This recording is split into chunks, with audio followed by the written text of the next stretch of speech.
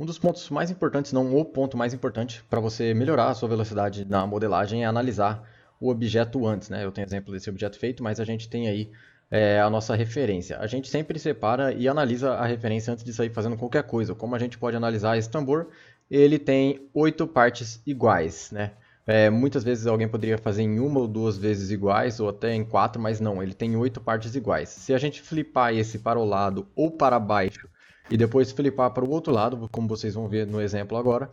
Olha, estou desligando e ligando o mirror, então você pode ver que eu modelei apenas uma parte e assim eu usei o mirror, um modificador, para tornar de uma maneira não destrutiva e assim repliquei em diversas partes, tanto lá quanto nessa peça aqui, que se a gente analisar na referência, ela é igual de um lado, do outro embaixo e é do outro lado também. Então o lance é sempre a gente parar, dar uma analisada na referência antes de sair fazendo qualquer coisa, porque senão a gente vai ter um trabalho dobrado ou até às vezes triplicado, então depende muito do caso.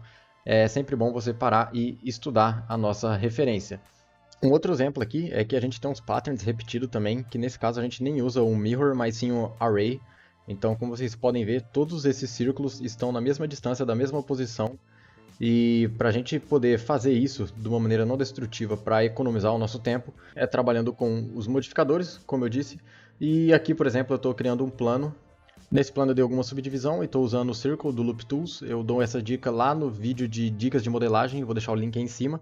Então, a partir do momento que eu crio essa base e esse círculo em cima da minha referência, como se fosse, né, imagina que está a imagem embaixo, eu dou um array e eu consigo controlar a distância mexendo os nossos vértices, como vocês podem ver. Então eu estou movendo e olhando ali, o círculo bateu certinho na nossa referência, né? Se no caso fosse a foto, eu estou puxando esse lado, tanto esse quanto o outro, para poder dar uma distância melhor. Aí é só a gente escolher a quantidade e aí sim a gente criar o nosso detalhe. Que quando a gente cria o nosso detalhe, a partir desse momento, ele vai ser criado em todos os lugares.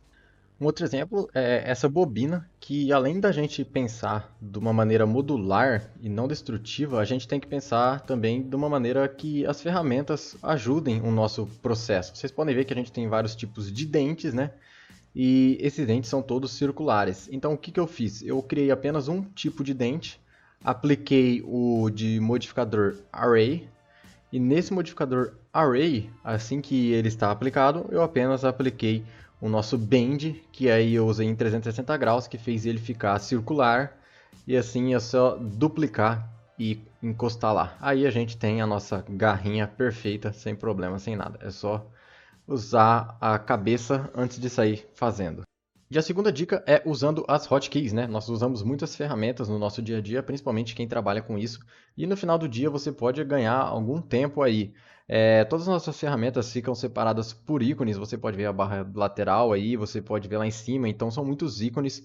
E para a gente procurar uma ferramenta, tem que ir lá procurar o ícone, tentar lembrar qual que é. Eu vou dar um exemplo aqui do Knife também, que a hotkey dele por padrão é lá no K. Ou se você vai na ferramenta, você perde um tempo absurdo de ir lá procurar, clicar na ferramenta e assim fazer o seu corte, né? Então demora um pouco de tempo.